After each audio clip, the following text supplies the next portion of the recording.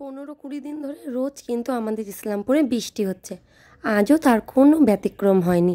সারা রাত বৃষ্টি হয়েছে আর এত সুন্দর একটা ঠান্ডা ওয়েদারে আমি দিয়েছি নাক ডেকে ঘুম। আর তার জন্য সকালে ঘুম থেকে উঠতে হয়ে গেছে অনেকটাই দেরি। ঘুম থেকে ওঠার পর আমি ভাবছি সকালে জল খাবারে কী বানাবো। তারপর মাথায় একটা বুদ্ধি এলো, একটুখানি গোলাউটি করে নিই তাড়াতাড়ি করে। গোলাউটিকে একটু টেস্টি বানানোর জন্য আজ বানিয়েছিলাম একটু আটা আর ময়দা দুটো দিয়েই। তার মধ্যে দিয়েছি পেঁয়াজ কুচি, লঙ্কা কুচি, ধনেপাতা কুচি, একটা গোটা ডিম এবং একটুখানি তেল আর তার সঙ্গে পরিমাণ মতন লবণ দিয়ে জল দিয়ে খুব ভালো মতন এটাকে মিশিয়ে নিয়েছি।